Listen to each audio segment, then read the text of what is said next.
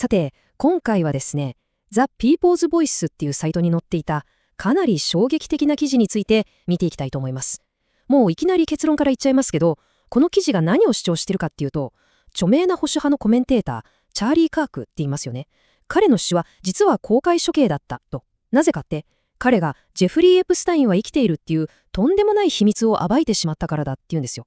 一体どうしてそんな話になるのか。その記事の主張を一つずつじっくり見ていきましょうか。この記事、いきなりこの強烈な一文で始まるんです。ジェフリー・エプスタインは死んでいなかった。全くもって。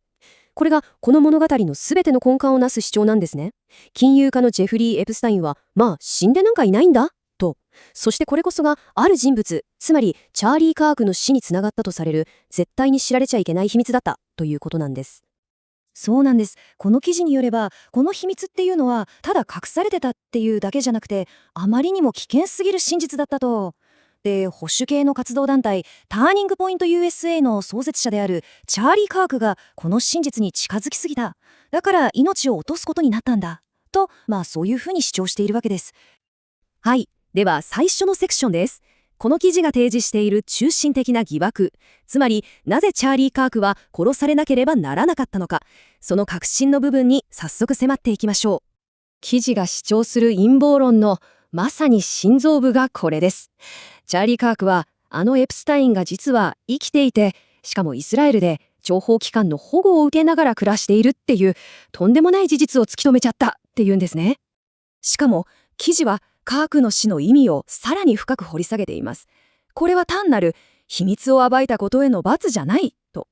彼と同じように真実に近づこうとする他の人たちに対するいわば見せしめとしての警告だったんだって解釈してるんです。じゃあ一体誰がこんな驚くような話をしているんでしょうか。その情報源は誰なのか。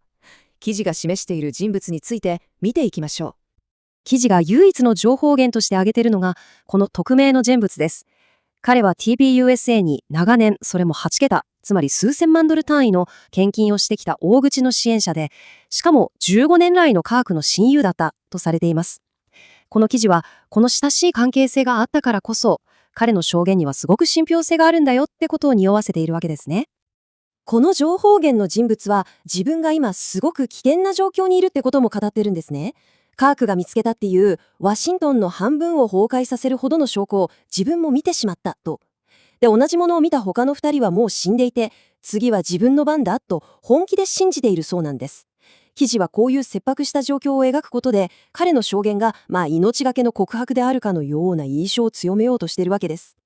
さて、このインサイダーによれば、カークが発見したっていうエプスタインの生存話は、実は氷山の一角に過ぎなかったと。その発見が彼をさらに巨大な陰謀、いわゆる影のネットワークの存在へと導いてしまったというんです。そう、記事によると、カークの調査はエプスタイン個人の話では終わらなかった。彼は選挙で選ばれたわけでもないごく一部のエリートたちが世界中の出来事を裏でコントロールしているっていうもっと大きな権力の仕組みに気づき始めていたということなんです。記事が説明する影のネットワークっていうのはこういうシステムらしいんですね。まず誰にも責任を問われないグローバルエリートがいる。で、彼らは何らかの弱みを握った人物を意図的に権力の座に送り込む。そしてその人物たちを操ることで国を内側からまるで植民地のように支配していく。そういう構図が描かれています。この引用文がカークが受けたとされる衝撃の大きさを物語ってますよね。彼にとってこれはもう単なる政治的な意見の違いとかそういうレベルの話じゃなかった。権力そのものに対する根本的な幻滅だったんだと記事は伝えているんです。この影のネットワークっていう巨大な陰謀を追う中で物語はですね、いきなりカークの家族を巻き込むすごく具体的で衝撃的な展開を見せるんです。記事はここで本当に何の前触れもなくこの見出しをポンと出してくるんですよ。ロシアがエリカ・カーク、つまりチャーリー・カークの奥さんですね。彼女に関連する飛行機が子供の人身売買に関わっている証拠を公開したと。これで話はエプスタインだけじゃなく、カークの家族、そしてロシアまでを巻き込む、さらに複雑なものになっていくんです。これ、注目すべきは、記事がこの情報を何の説明もなく、すごく唐突に入れてきてるってことなんですよね。これって、読者に点と点を自分で結びつけて考えろってことなんでしょうか。カークが暴こうとしてたネットワークが彼の家族も巻き込むほどとんでもなく根深いものだったってことを暗に示そうとしてるのかもしれません。さて、この記事の結末ですけど、ただ疑惑を並べて終わりじゃないんです。カークの足跡を追うかもしれない全ての人たちに向けたかなり厳しい警告で締めくくられています。この記事の理屈でいくと、権力エリートに消されるまでには3つのステップがあると。まずステップ1、真実を発見する。ステップ2、権力者たちの間のつながり、つまり点と点を結びつける。そして最後のステップ3、その真実を世の中に暴露しようと計画する。この記事はこの最後の段階にまで達した人物が標的にされるんだって主張してるわけです。記事は最後に元 CIA 職員とされるロバート・デイビッド・スティールっていう人の言葉を引用して、この記事の究極のメッセージを要約しています。つまり、真実を追い求める者はエリートによって社会的にあるいは物理的に沈黙させられる運命にあるんだと、そういうふうに結論付けてるんですね。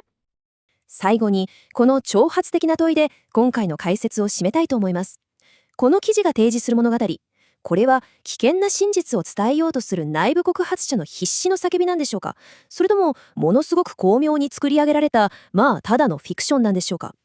この記事で語られている内容は本当に衝撃的ですけど、あくまで一つの情報源からの主張に過ぎません。何が真実なのか、その判断は皆さんに委ねられています。